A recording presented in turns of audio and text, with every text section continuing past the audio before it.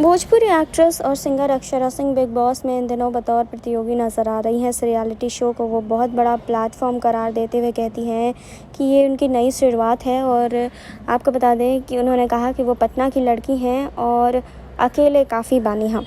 जी हाँ, तो आपको बता दें कि उनसे इंटरव्यू में बात की गई और इंटरव्यू में उनसे पूछा गया कि OTT बिग बॉस से जुड़ने की आखिर वजह क्या थी। तो उन्होंने कहा कि इस बार लगा कर ही लेते हैं। मेरे मम्मी पापा चाहते थे कि मैं बिग बॉस करूं, तो मैं उनकी जगह से ही इस शो में आई हूं।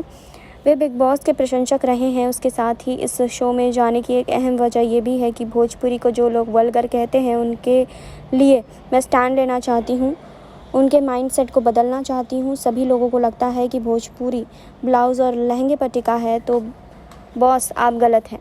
हमारे जैसे बहुत से आर्टिस्ट बहुत अलग और अच्छा कर रहे हैं।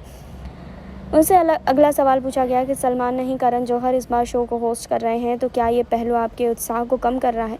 तो उन्होंने कहा कि नहीं, मैं उत्साहित हूँ कि करण जौहर के साथ स्टेज शेयर करने को लेकर।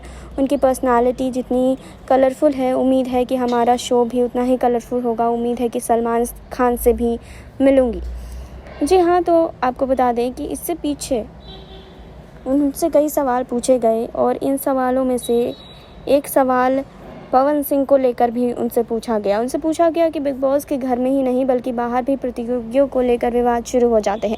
पवन सिंह और आपके बीच का भी विवाद किसी से छिपा नहीं है। क्या आपको लगता है कि पवन सिंह के फैंस या लोग आपके खिलाफ नेगेटिव चीज़ें प्रमोट कर सकते हैं। उन्होंने कहा हो सकता है, लेकिन जब मैं अभी तक सर्वाइव कर गई और आज भी ज़िंदा हूँ तो आपके सामने हूँ, यही मेरी उपलब्धि है। तो ये समय भी निकाल लूँगी, मुझे फ़र्क नहीं पड़ता।